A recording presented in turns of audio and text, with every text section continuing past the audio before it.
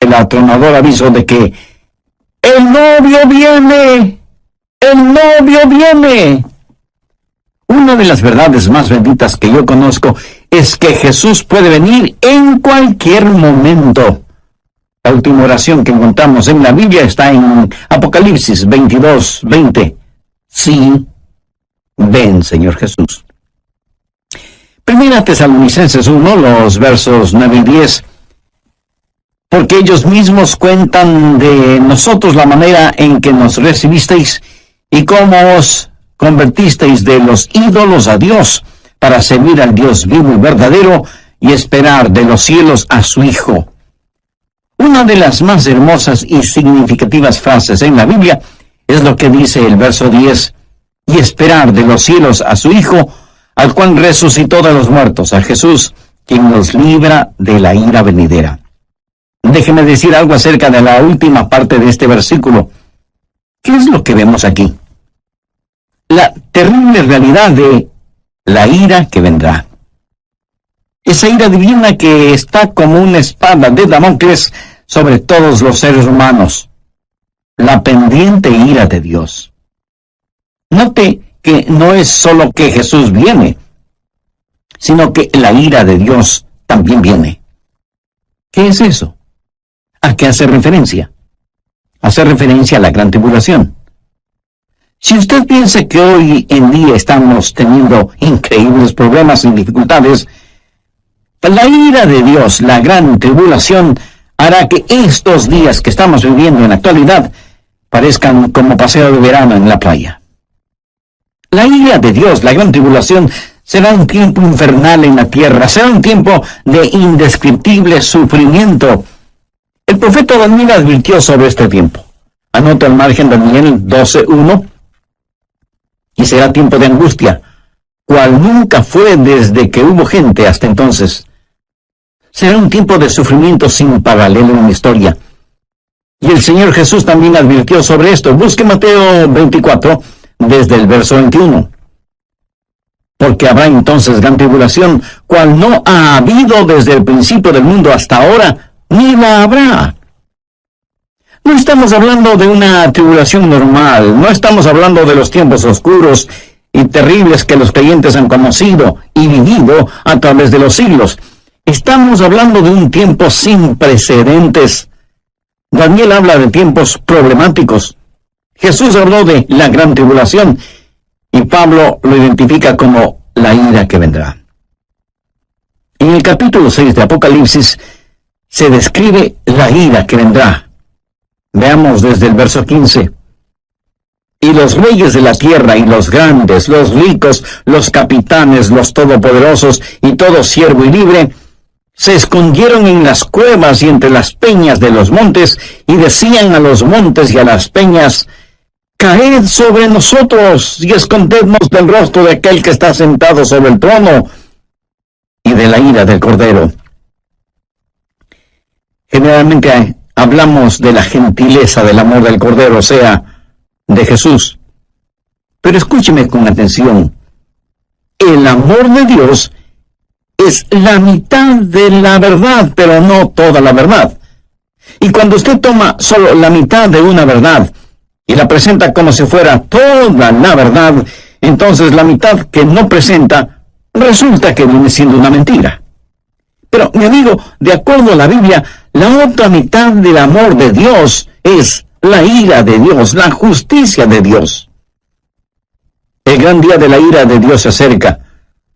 ¿Y quién será capaz de enfrentarlo? Daniel, Jesús, Pablo y Juan hablan sobre ese evento. Ese día sin paralelo ni precedente en la historia humana va a llegar, y Pablo lo identifica como la ira que vendrá. Con todo lo que sucede a nuestro alrededor en nuestros días, bien se podría decir que las llamas del juicio de Dios están ya apareciendo en el horizonte. Apocalipsis 6, desde el verso 1. Vi cuando el Cordero abrió uno de los sellos, y oí a uno de los 4 seres vivientes decir, como con voz de trueno, ven y mira. Cuando usted escucha truenos, ¿qué es lo que espera? Pues una tempestad, ¿verdad? A Juan se le dijo que mirara. ¿Y qué es lo que él vio? Veamos en el verso 2. Y miré, y he aquí un caballo blanco. Vamos a ver 4 jinetes en sus caballos, cabalgando durante la gran tribulación. Algunos llaman a estos los 4 jinetes del Apocalipsis. Y todo esto no es más que una descripción de la frase que Pablo usó cuando dijo, la ira venidera. El primer caballo es el blanco, de dominio. Juan dice, y miré, y he aquí un caballo blanco, y el que lo montaba tenía un arco, y le fue dada una corona, y salió venciendo, y para vencer. ¿Quién es este que monta en un caballo blanco? Mi amigo no es otro que el anticristo. Es la simbología bíblica. Un caballo blanco significa dominio, conquista, triunfo, y durante ese tiempo, el Mesías del diablo, el anticristo, regirá en el mundo. Tiene un arco en su mano, lo cual es símbolo de poder. Tiene una corona en su cabeza, lo cual también significa dominio. Y si usted me pregunta, ¿el mundo en realidad será gobernado por el anticristo? Absolutamente cierto. Jesucristo fue muy claro al respecto. Busque Juan 5:43. Yo he venido en nombre de mi Padre, y no me recibís. Si otro viniere en su propio nombre, a ese recibiréis. Jesús dijo que no le recibimos a él, que es el verdadero Cristo, pero sí recibiremos al anticristo, que vendrá montado en un caballo blanco. De paso, quiero compartir con usted lo que leí en un periódico y que tiene que ver con un nuevo símbolo propuesto para las Naciones Unidas. ¿Sabe cuál es ese nuevo símbolo? Un caballo blanco. El artículo dice que el caballo blanco es símbolo de paz, y cito textualmente parte de lo que dice el periódico. La paloma, como símbolo de paz y fraternidad entre las naciones, enfrenta a un competidor, un caballo blanco. El diseño del caballo blanco fue donado con el propósito de unir pacíficamente los 5 continentes, simbolizado a través de la fortaleza del caballo que asegura libertad y unidad. En la cabeza del caballo habrá 5 cintas de diferentes colores que representan los 5 continentes: Europa, Asia, África, América y Australia. Así que se está impulsando un nuevo símbolo de paz, un caballo blanco, para que unifique al mundo. Y Daniel, haciendo referencia al anticristo, dice que por medio de la paz destruirá a muchos. Segundo, el caballo rojo de la destrucción. Apocalipsis 6:4. Y salió otro caballo, bermejo, y al que lo montaba le fue dado poder de quitar de la tierra la paz, y que se matasen unos a otros, y se le dio una gran espada. El caballo rojo de la destrucción, rojo como el color de la sangre. Y cuando este inspirado anticristo cabalga para conquistar, en su diabólico cerebro no habrá más que esa idea, conquistar, y habrá guerra y terror y destrucción, y la sangre roja lo manchará absolutamente todo. ¿Alguna vez usted ha pensado en nuestro mundo presente, armado hasta los dientes, con toda clase de armas de destrucción?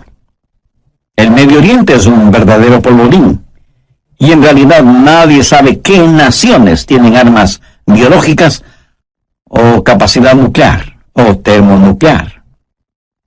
Un gran general norteamericano dijo: sabemos mucho más acerca de la guerra que de la paz. Sabemos más acerca de quitar la vida que acerca de vivir en este siglo que se pregona es el siglo del progreso. El conocimiento científico ha sobrepasado los límites de control. Tenemos muchos hombres de ciencia, pero en verdad muy pocos hombres de Dios. El mundo ha alcanzado notoriedad sin sabiduría, poder sin conciencia. Somos un mundo de gigantes nucleares, pero criaturas sin ética. todo lo que sucede en el mundo está llegando a su clímax. Y la Biblia lo identifica como el gran día de la ira de Dios. Con la llegada del caballo rojo de la destrucción, el espíritu del odio que está en el anticristo inflamará los corazones y las mentes de los seres humanos y causará que los padres maten a sus propios hijos y que se maten entre hermanos. Será un tiempo de indescriptible sufrimiento cuando la espada estará chorreando la sangre de todos aquellos que no han querido recibir la marca de la bestia. Y los cadáveres estarán abandonados en las calles, llenando con olores putrefactos el aire, en donde se mezclarán las lágrimas y el llanto de los vivos con el pedido de auxilio de los moribundos. Y uno puede entender lo que profetizó Jesús cuando dijo: «Mas ay de las que están encintas y de las que crían en aquellos días, porque habrá entonces gran tribulación, cual no ha habido desde el principio del mundo hasta ahora, ni la habrá». Tercero, el caballo negro de la privación. Apocalipsis 6, versos 5 y 6. Cuando abrió el tercer sello, oí al tercer ser viviente que decía: «Ven y mira».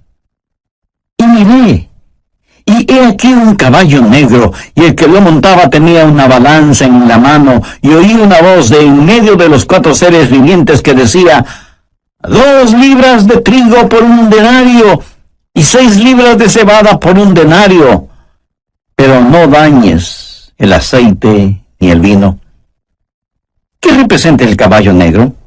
Representa hambruna, invariablemente, porque después de una guerra sigue la hambruna.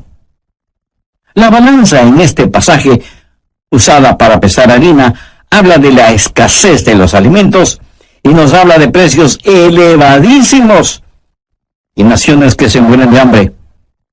1 libra de trigo o cebada representa una comida, y esa comida costará todo un día de trabajo, o sea que será necesario el trabajar todo el día para poder comprar algo para comer.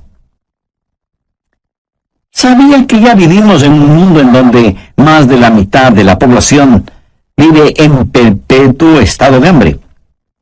Ahora imagínense lo que será durante la gran tribulación, cuando los hombres inflamados con espíritu de odio preferirán ir a la guerra antes que trabajar en la tierra.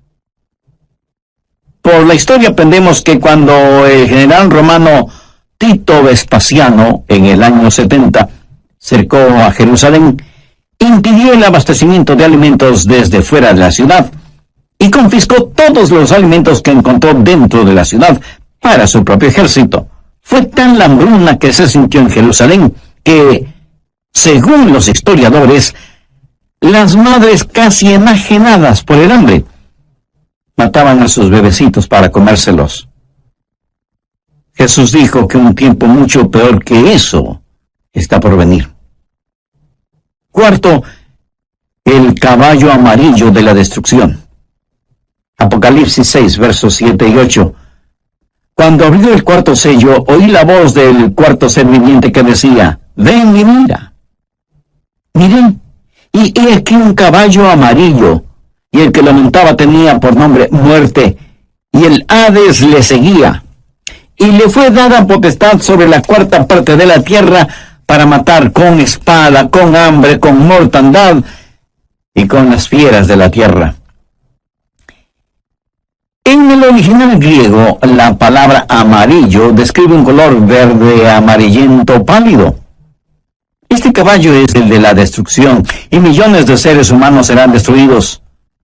Esto nos enseña que en los oscuros días de la ira venidera habrá un odio generalizado, inspirado por el anticristo, y las masacres serán las consecuencias de ese odio, y la sangre correrá como ríos, y el hambre producirá muerte, y después de la muerte, el infierno. Se dice que a veces más gente muere después de terminada una guerra que durante la guerra misma. Y usted preguntará: ¿cómo puede ser eso posible? Amigo, después de la guerra hay una explosión de pandemias, infecciones, plagas. Pero en este pasaje, note que después de la muerte viene el Hades. ¿Qué significa eso? La muerte reclama el cuerpo, pero el Hades reclama el alma.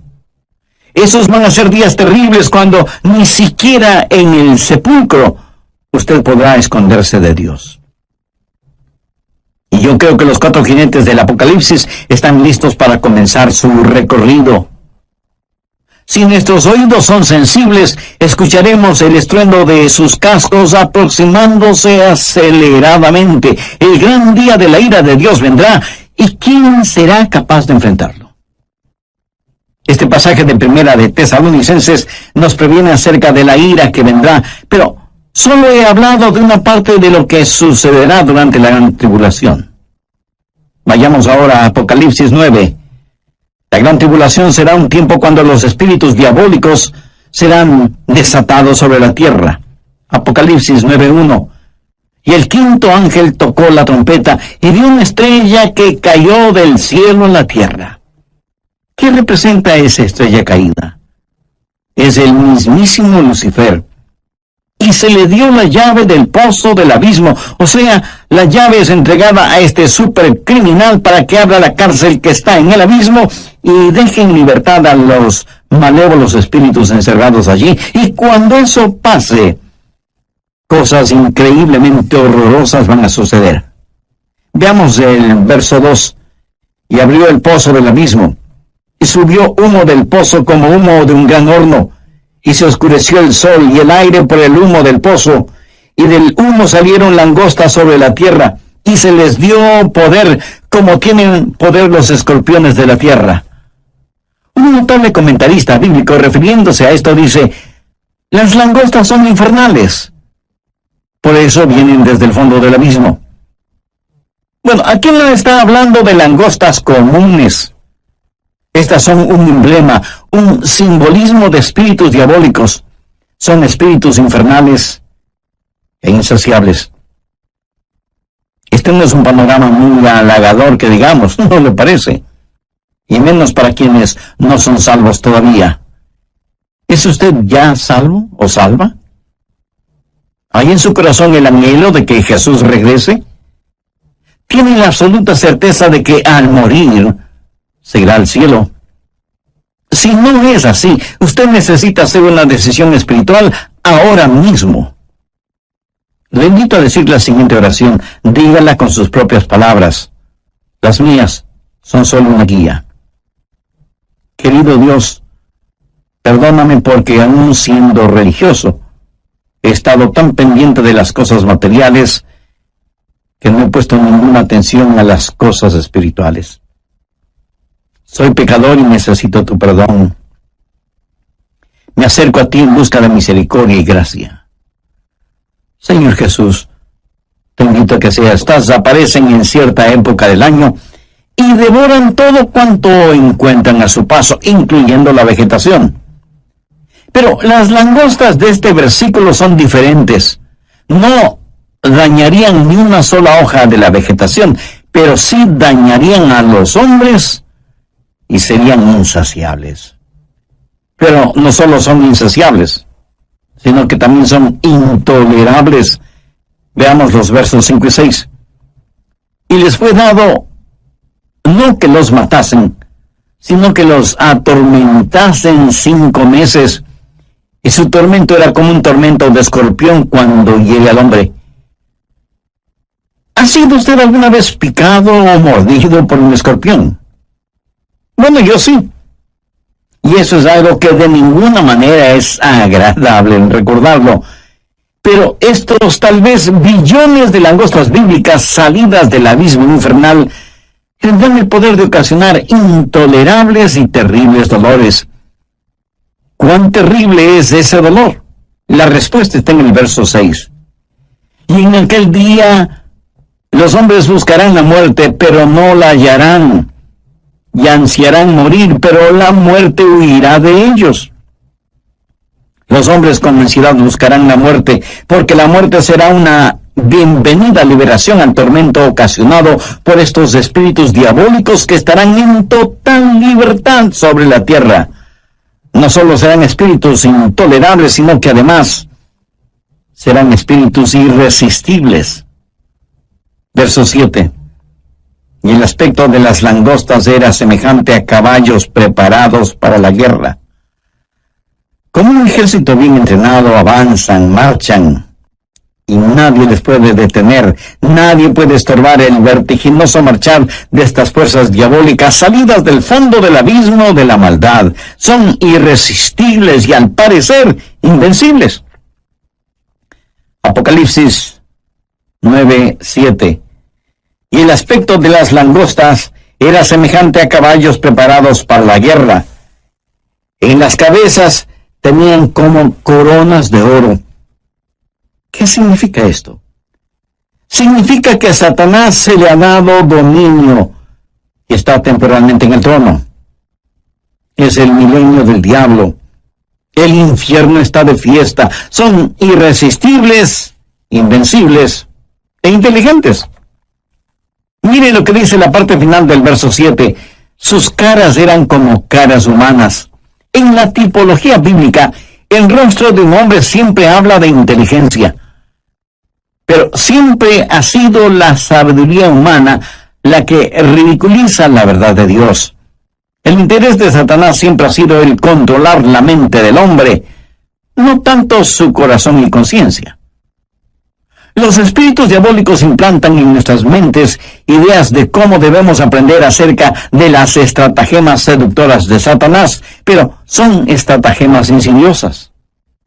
Verso 8. Tenían cabello como cabello de mujer, sus dientes eran como de león. Mi amigo, estas no son langostas ordinarias. El cabello de mujer habla del carácter seductor y atractivo de las fuerzas diabólicas. La Biblia nos advierte acerca de los espíritus seductores, y el diablo seducirá a millones con encantos femeninos. Pero debemos mirar más allá de todo lo que ofrece como atractivos este ángel de luz, porque él es en verdad un león rugiente. La Biblia dice, sus dientes eran como de león, para devorar y destruir a quienes caen en sus garras, insidioso y engañador, con pelo como de mujer, pero con colmillos de león. Los espíritus diabólicos son además insensibles. Veamos el verso 9. Tenían coraza como corazas de hierro. ¿Qué significa esto? Que por un periodo de tiempo ellos eran inmunes a cualquier daño. A los débiles y pecadores seres humanos no les servirá de nada el tratar de luchar. ¿Cuán frecuentemente desestimamos el poder de Satanás y nos reímos y hacemos bromas al respecto? Lo cual es una necedad, porque estos espíritus diabólicos son insensibles e inescapables. Note lo que dice la segunda parte del verso 9. El ruido de sus alas eran como el estruendo de muchos carros de caballo corriendo a la batalla. Por todas partes el aire está lleno con los ruidos de estos espíritus diabólicos, a quienes usted ni puede ganar en astucia, ni nada. Veamos ahora el verso 10.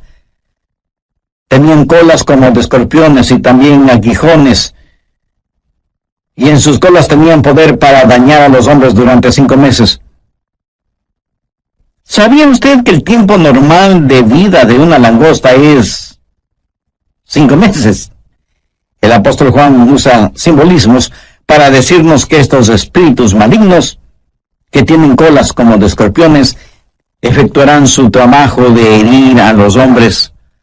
Tienen el poder para hacerlo. Y como si todo esto fuera poco, esos espíritus son además indivisibles. Verso 11. Y tienen por rey sobre ellos al ángel del abismo, cuyo nombre en hebreo es Abadón y en griego Apolión. Hay un rey sobre estos espíritus. Recuerde que no tenemos lucha contra sangre y carne, sino contra principados, contra potestades, contra los gobernadores de las tinieblas. Abadón o Apolión literalmente significa destrucción. Un poderoso príncipe infernal, tal vez Satanás mismo, es quien los guía para que torturen a los habitantes de la tierra durante la gran tribulación, o sea, durante la ira venidera. En segundo lugar, hay una anticipada espera. Veamos 1 Tesalonicenses 1:10. Y esperar de los cielos a su Hijo, al cual resucitó de los muertos, a Jesús, quien nos libra de la ira venidera. ¿Lo ven? Esperamos por su Hijo Jesús, quien nos libra de la ira venidera. Pregunta, ¿vivirá la iglesia la gran tribulación? ¿Estará la iglesia sujeta a la ira que vendrá? Bueno, personalmente no lo creo, y le diré por qué. Creo que la Biblia claramente enseña que la iglesia será arrebatada, raptada, antes de que la ira llegue. Veamos 1 Tesalonicenses 5:9. Porque no nos ha puesto Dios para ira, sino para alcanzar salvación por medio de nuestro Señor Jesucristo. El apóstol Juan le dijo a la iglesia de Filadelfia la misma cosa.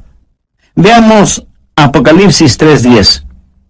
Por cuanto has guardado la palabra de mi paciencia, yo también te guardaré de la hora de la prueba que ha de venir sobre el mundo entero.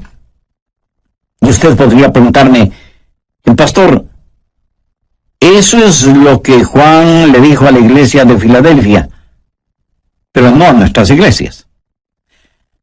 Vayamos rápidamente a Apocalipsis 3:13. ¿Qué dice? El que tiene oído, oiga lo que el Espíritu dice a las iglesias. Lo que se le dijo a la iglesia de Filadelfia también es para nosotros. Si guardamos las palabras de su paciencia, Él nos librará de esa hora de tribulación. Dios no derrama su ira sobre sus hijos, Él disciplina a sus hijos. Antes de que un reino declare guerra a otro reino, ¿qué es lo que hace? Llama a sus propios ciudadanos a que salgan de ese reino antes de declarar la guerra. Antes de que Dios hiciera llover fuego y azufre sobre Sodoma, el ángel le dijo a Lot, no puedo hacerlo hasta que tú salgas de aquí. Lot y su familia fueron sacados de la ciudad antes de que la ira de Dios se hiciera una realidad. Dios los salvó sacándoles de la ciudad. Antes de que Dios enviara el diluvio en tiempos de Noé, ¿qué es lo que hizo? Arrebató a Enoc antes del diluvio para que fuera como un retrato, una ilustración de que antes de que Dios derrame su ira, Dios salva a los suyos. Dios puso a Noé en el arca como una ilustración de lo que la nación judía experimentaría y saldría del fuego de la tribulación. Si la iglesia va a pasar la gran tribulación, hay ciertas cosas que deben suceder. Y no estaremos esperando el regreso de Jesús en cualquier momento. Anote Mateo 24:36. Pero del día y la hora nadie sabe, ni aun los ángeles del cielo, sino solo mi Padre. Nadie, absolutamente nadie, sino el Padre, conoce el tiempo del regreso de su Hijo a la tierra. Y en Mateo 24:38, porque como en los días antes del diluvio estaban comiendo y bebiendo, casándose y dándose en casamiento, hasta el día en que Noé entró en el arca, entonces vendrá el Hijo del Hombre. Ahora escúcheme, comer, beber, casarse o dándose en casamiento no es precisamente la gran tribulación. Es cierto que para algunas parejas su cónyuge es una gran tribulación. ¿Qué es lo que dice Mateo 24:42? Velad pues porque no sabéis a qué hora ha de venir vuestro Señor.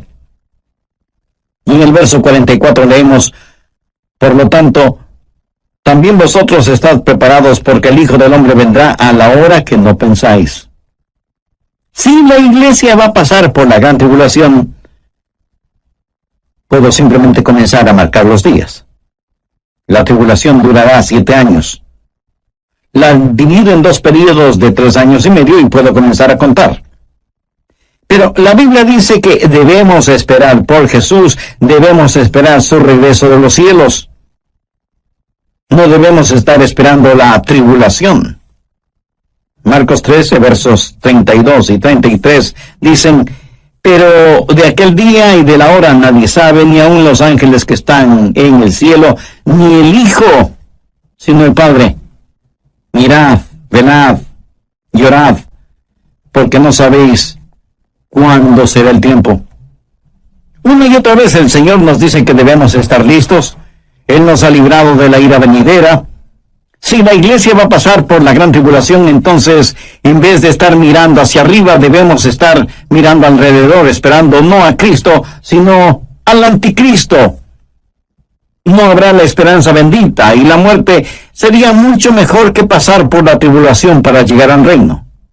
Sí, hay una ira pendiente, pero también hay una anticipada espera. Nosotros esperamos por Jesús. Hay también un servicio ejemplar.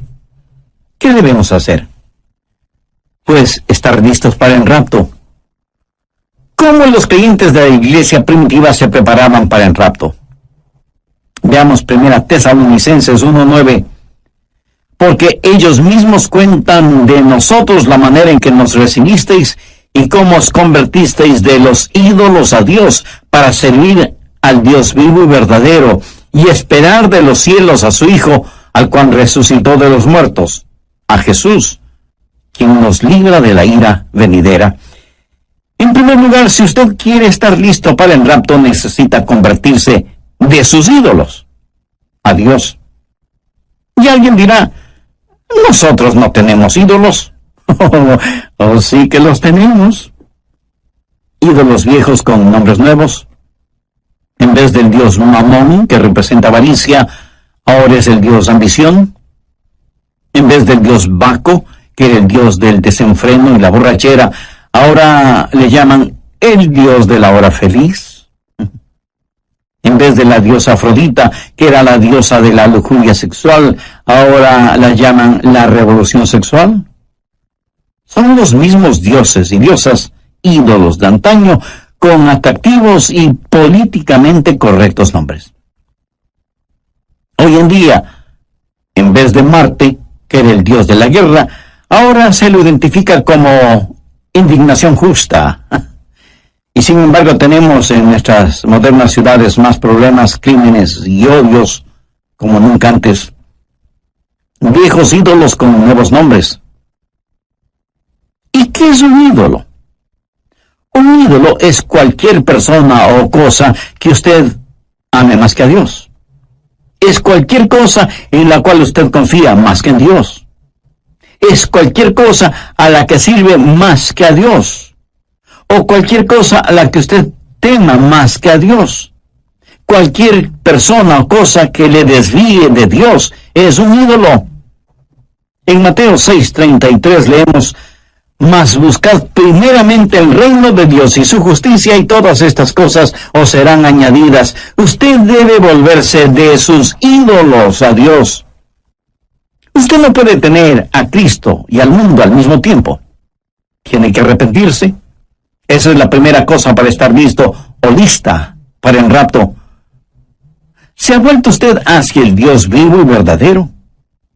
¿Se ha olvidado o dejado de sus viejos caminos? ¿Le ha entregado su corazón a Jesús, que es el Dios vivo y verdadero?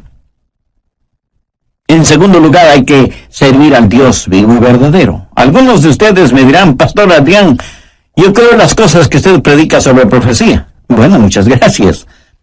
Ahora permítame decir con toda la unción, función y emoción de mi alma: si usted cree lo que estoy predicando hoy, usted debe empezar a servir a Jesús. Por favor, saque su cabeza de las nubes proféticas y ponga sus pies en la tierra y comience a ganar almas. La verdadera prueba no es si usted cree o no lo que estoy enseñando, sino lo que usted va a hacer para prevenir a los hombres de la ira que vendrá. Y debemos trabajar hasta cuando Jesús regrese, y luego nos juntaremos en nuestro hogar celestial. Tercero, hay que esperar en el regreso de Jesús. Esos creyentes esperaban por Jesús, no como un último recurso o como una escalera de incendios, sino que estaban diciendo: ven pronto, Señor Jesús. Estaban esperando su regreso, ansiaban su venida, vivían con esa expectativa, oraban por su venida y muchos literalmente murieron diciendo: ven, Señor Jesús.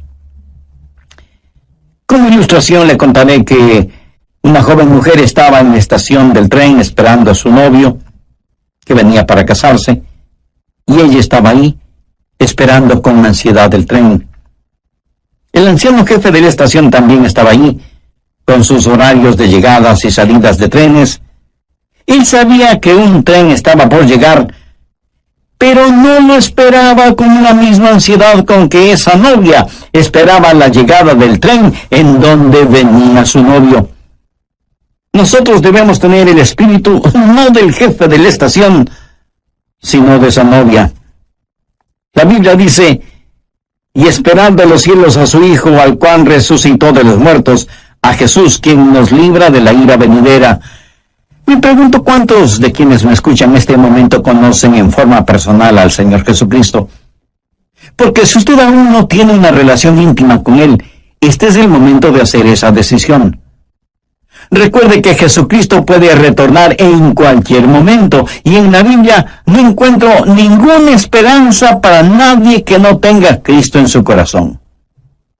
Si usted rechaza ser salvo antes de la venida de Jesús, terminará creyendo las mentiras de Satanás y tendrá que vivir los horrores de la tribulación y después de eso, el infierno, o sea, separado eternamente de Dios. Y si me pregunta cómo puede ser salvo, lo primero que tiene que hacer mi amigo, mi amiga, es dejar sus ídolos y buscar al Dios único y verdadero y por fe pedir la presencia de Jesús en su vida. Y eso lo puede hacer este mismo instante, orando la siguiente sencilla oración: Señor Jesús, te invito a que vengas a morar en mi corazón.